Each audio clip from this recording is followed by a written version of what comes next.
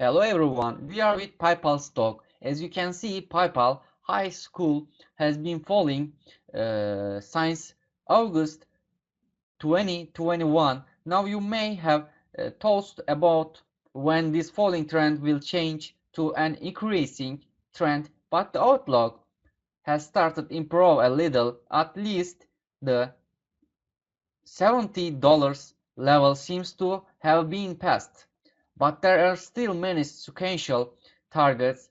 Let's take a look at the short-term comment.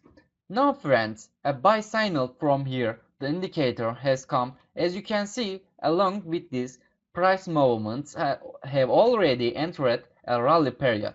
In this rally period, I think the most important, let's talk about it, support levels. Support levels are a short level between the $69 level and the $68 level. If it cannot hold here, we will look at the moving averages. Again, their levels are 64 and 65 or so, 67 respectively, friends. And if we look at the next resistance section, or resistance appears to be the 74.35 level, but of course we may encounter more resistance at these advancing levels.